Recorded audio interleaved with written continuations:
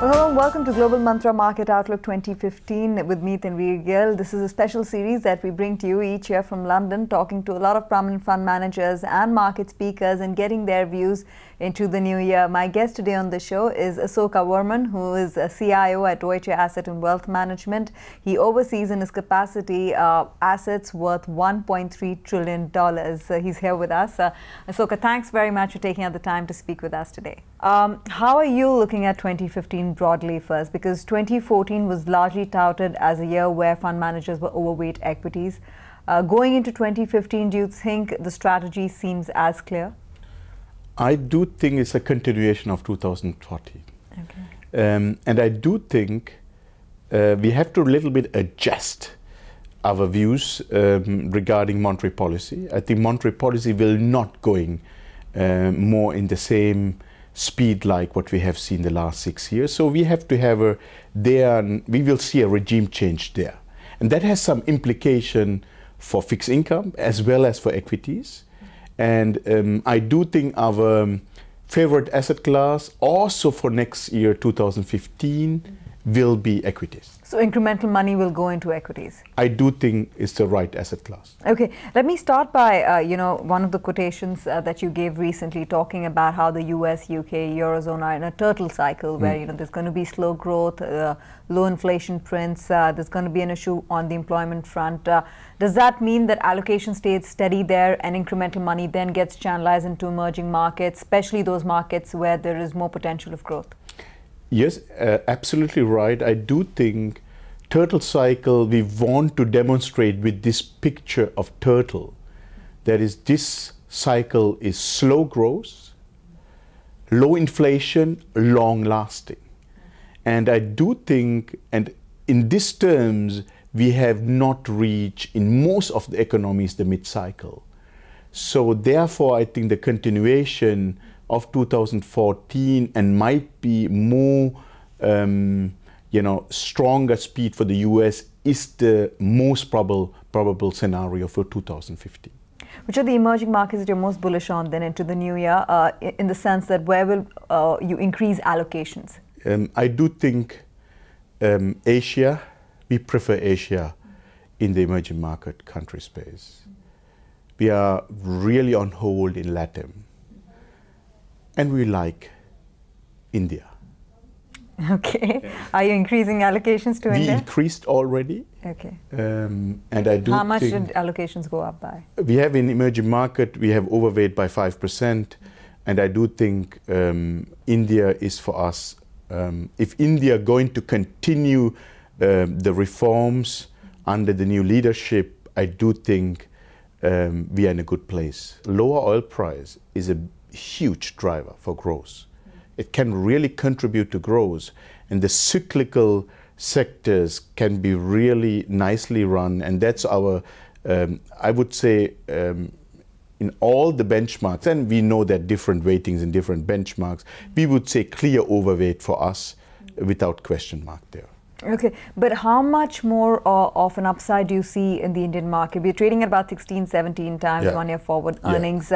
How much more upside from here do you expect, given that we haven't really seen the growth numbers come by, which were expected to this year? The expectation now is that maybe perhaps in the last quarter of FY16, we might see those numbers, FY15 rather, we might see those numbers. And then, FY16 onwards, the numbers will really pick up. But what is your sense there on how the numbers kind of correlate with valuations for the markets? Yeah, I do think the valuations are important to see, but I think emerging market space, we know that valuations, even slightly, not slightly, overvalued compared to historical levels, people don't care as long as the story is intact. And I do think also for India is a relative strength is important. In Asian space, and look, China for many people, they overweight for many years and they have not gained. And they have a lot of uncertainty. To China, we are not in this camp, but many investors are, even though it is undervalued equities, Chinese equities are undervalued. People don't want to be involved because there's a fears, hidden fears. I think there is a better. India is in this sense shining better in the eyes of most of the global investors. And I do think after half a year, new leadership, people getting more and more signs. Even the market had a fantastic rally. And you can see the same phenomena recently. Even the outcome was completely different. Brazil, there is a relief rally always because people going into underweight position, and after the outcomes getting more and more certain, people overweighting. I think this story is not over. Yeah, but do you think India, you know, we're talking about a Nifty level of 8,000 plus right now. Do you think there's more 20% gain in the offing? Do you think the Nifty could close out 2015 at 10,000 plus? I do think is the momentum 10 to that strong? 15%, I can see it. I see that momentum, and I do think India is less vulnerable. Again, this time, compared to 2013, from a stronger dollar, and might be also a change of the Fed. Do you think, keeping the macro story aside, its vulnerability to global cues and global uncertainty, particularly to the trade of a strong dollar in 2015, do you think India can withstand that if most emerging market currencies face the brunt? Yeah, I think if you look also, this year is a year, especially last 4 months, strong dollar world. Is trade-weighted dollar has appreciated more than 10% in the last 4.5 months.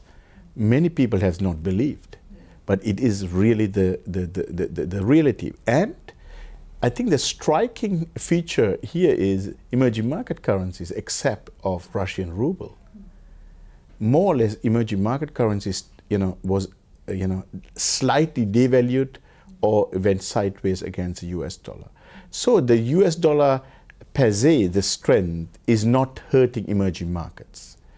The important thing... It may not be right now, but do you think if the dollar went past 90, if there was a stupendous rally in the dollar, could that bring about a pressure? Because we've seen the euro down, we've seen, there's already talk about how the yen would depreciate further from here. And in the past, we have seen how EM currencies have been vulnerable. Even last year, September 2013, there was, a broad-based sell-off there.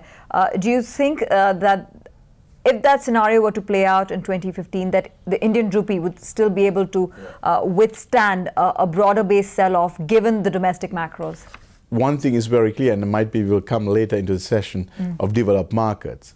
I think the forward guidance had to be rightly implemented by Mrs. Yellen, the Fed governor, Fed president, and I do think she will do it, because the lessons from 2013.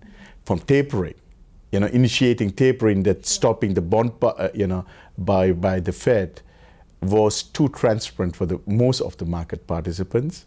And I think we will go. I think we are expecting a rate change in the front end in the US by the Fed, but I do think it will be nicely communicated, nicely managed. But I think it's more or less is our view.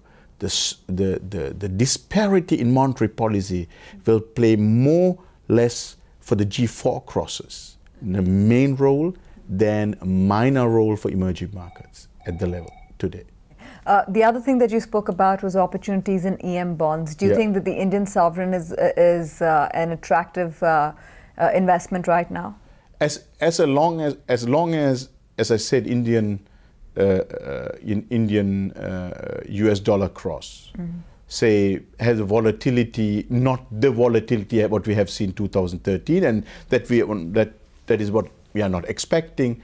Indian bond market is one of the bond markets, local bond markets, we like in the in the emerging market bond universe. So you're overweight emerging market sovereign bonds? Yes, we like next year local bond markets, sovereign bond markets, and as I said, many times I said, and hopefully we will have more chance in the future to talk, I think one of the most important future asset classes will be emerging market corporates, because deepening their home markets, consumer-driven economy models is very favor of emerging market corporates in the future. This is a future asset class. So both bond market segments, I would say you have to keep an eye on.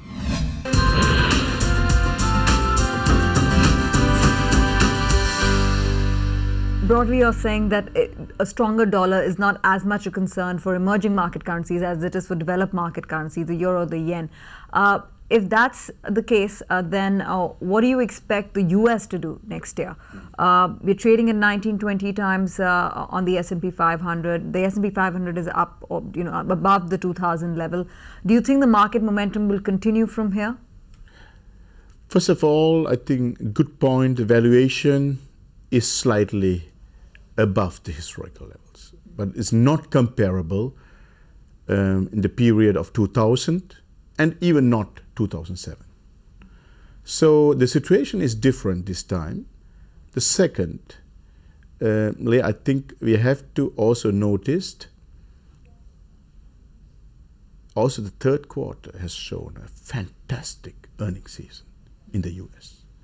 So, and the US is playing thirdly and more or less safe haven compared to Europe. Because geopolitical hotspots are a little bit away from the US. But if you come to really a description of the US equity market, it's one thing is very clear. It will not the phase for multiple expansion. It's over. It's a period where the equity markets will drive by earnings. And I think that we can also expect further, multiple compression here. But even though that not means S&P 500 will negatively impact, I think in these periods, the stock indices can go up like S&P, and we are expecting a modest rise, not a modest, normal rise, earning-driven, dividend-driven, around 7% for next year. 2015, we are expecting 3.1% in average for US. It's a very strong number. The same time, we are expecting the inflation to be contained. The reason is strong dollar and very strong fall of the oil price. Is a very, very, a big driver. And I do think what we have to look is, and unemployment rates are coming down. The only thing what we have to look in the US next year is a wage inflation. Wage inflation is a topic we have to put our eye on in the US as well as countries like Germany and might be also UK. And then the only big topic in the US, when will the Fed going to exit from ultra easy monetary policy? When will they do it? And when will they do it? Yeah, exactly. I think, look. Do you think it's a 2015 story, firstly? Yeah, I think it is, as I said, strong US growth, moderate inflation, and I would say Fed is willing to take the first hike after 7 years in late 2015. And I do think this is a signal, but main topic here is I do think the Fed will communicate that nicely. Mrs. Yellen. But they haven't even given a hint of that so far. They're saying that, it will be data dependent. We will keep, the policy accommodated for a while. And the treasury yields are not reflecting any such big move in yields. No, in rates. You're right. Data dependent is a fantastic word. And I think that's let them or give them some leeway to act. Mm-hmm. And I think the tapering they have also done in the wording data dependent. And I do think if we're expecting 3.2%, unemployment rate to come down, inflation at some point to come down, but not totally going, the way down, sharply going to fall. You have to expect at some point that the Fed have to act. And I do think main message will be in this cycle, this turtle cycle, the Fed will not go to the normal cycle of rate hiking. So it'll be calibrated? Calibrated. Might be we'll see 2% in the whole cycle, completely uneven compared to all the historical cycles of the Fed. Why do you think the IMF is so concerned about global growth if things are actually expected to pick up? I mean, I speak to a lot of fund managers and they're saying, 3 months, 6 months down the line, the growth numbers will start to show up. You've seen, like you said, a good quarter in the US in terms of growth. But there are still question marks on whether it can sustain now that, QE is out of the system. And Japan's recent data has, again raised question marks on whether or not global growth will actually come by. You've also had the British Premier saying that, we're at the heels of another crisis. When you have such conflicting views, what's the path that you take as a fund manager for the coming year? No one can better summarize the mood as you described now. It's exactly the feeling. This is the conundrum. The conundrum led us to come to the turtle cycle, description. The reason is this cycle, even in the US, we are missing accumulative 15% growth after the last peak 2007. This cycle is completely different because this cycle is mostly driven by balance sheet recession. After Lehman, most of the balance sheets was underwater. People has deleveraged. Corporate US has deleveraged. American households has been deleveraged. This is a phenomenon what we have not seen since 1932. Europe has not reached the former, business cycle, high from 2007. We are still behind that. UK, the same, just on the former, after 6 years, seeing the high, the level of the business, top of the business level, we have not reached it. So the people they can't express that in the right way, but I do think people are right to feel something is wrong, even though equity markets and most of the riskies has nicely performed and doubled since 2008. Okay, so as we draw towards the close of this discussion, where are the clear spots to make money in 2015? Where is it that you can perhaps generate alpha, or is it largely going to be playing the beta, the volatility? I do think this is a mixture between alpha and beta, but I think the place to be is next year currencies. Oh, okay. I do think US dollar, and as you asked me, is absolutely clear performer in the world. Do you see 95 on the dollar? Could the rally be that strong? I think in the bigger crosses, dollar will see nearly 10% appreciation again.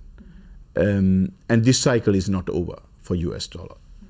And I do think also against yen, against euro and many other currencies, that will happen. But again, this will drive the markets. Look, currency gains is an ambivalent measure. Your advantage is my disadvantage. So this will drive the markets. Even with the corporate America is the strongest part in the world, I would say, these days. But they will, impact by stronger dollar. I do think the first quarter 2015, that will be a big topic. So you're saying currencies is definitely a place where there's an opportunity. What else? What are the other two? Equities. I think. Which region? Yeah, I would say, look, in a zero interest rates environments, like in Europe, you have no other choice to take buy some equities risk. In Europe? Europe, I'm a fan of European equities. If you tick the boxes, it is fair valued or undervalued compared to US anyhow, but there is a reason for that. The second thing is easy monetary policy. We will see by the ECB much more unconventional measures than for every central bank in the world except of BOJ. Aside of European equities, what else? Yeah, and I do think also American equities 7%, and with a stronger dollar. If you go into the dollar from, say, other countries' perspective, it's a decent returns you can expect. And again, this is, again, for risk takers. And I do think, to be honest, also more and more still, people will go into alternatives. Real estate is not over. I do think many people have to look for new sources of, performances that, and returns. And this is stable, healthy returns with the robust, world picture. Again, I want to reiterate, next year we are expecting US to grow, Europe to stabilize at higher levels than this year. Japan, that's something sideways, but it's nearly over 1% growth, and emerging market to come back slightly. Okay. And this world picture for 2015 is not bad, but it is not. We can't be. It's not a hallelujah year. Okay. Okay. What about Indian equities? Would you be a buyer there? I think, as I mentioned, in the context of emerging market, is for us an overweight. So you're saying it's not going to be a hallelujah year, but for India specifically, and this is my final question to you, do you think that, despite strong macros in India, let's say the government delivers on its promise, let's say there perhaps is a ratings upgrade as well that comes along the way, allocations increase, do you think the risk that India faces from global uncertainty can impact despite domestic macros looking good? No. Simple question. Global drags should be a not topic anymore for 2015 for India. Okay, so we should just be focusing on ourselves. Yeah. Okay, great. Asoka, thanks very much for taking out the time and speaking with us. Thank you. Well, with that, we come to the end of this edition of Global Mantra Market Outlook 2015 with the promise that we'll come back with another special guest next week, same time. Till then, take care. Market's been very, very enthusiastic about the prospects for reform. And you could say the market is discounting a lot of potential future growth. I think if that growth really comes through on the back of a successful reform program. How integral is India to your EM portfolio?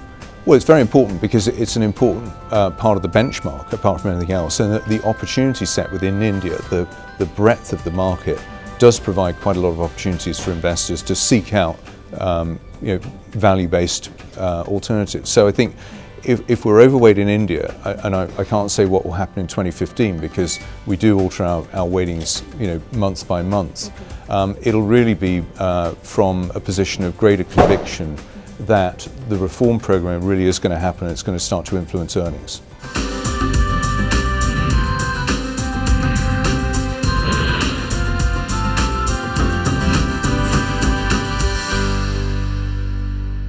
Find us on Facebook at facebook.com/etnow and don't forget to click the like button. You can also follow us on Twitter at etnowlive. To stay updated with all our programming, hit the subscribe button on our YouTube channel by logging on to youtube.com/user/etnow.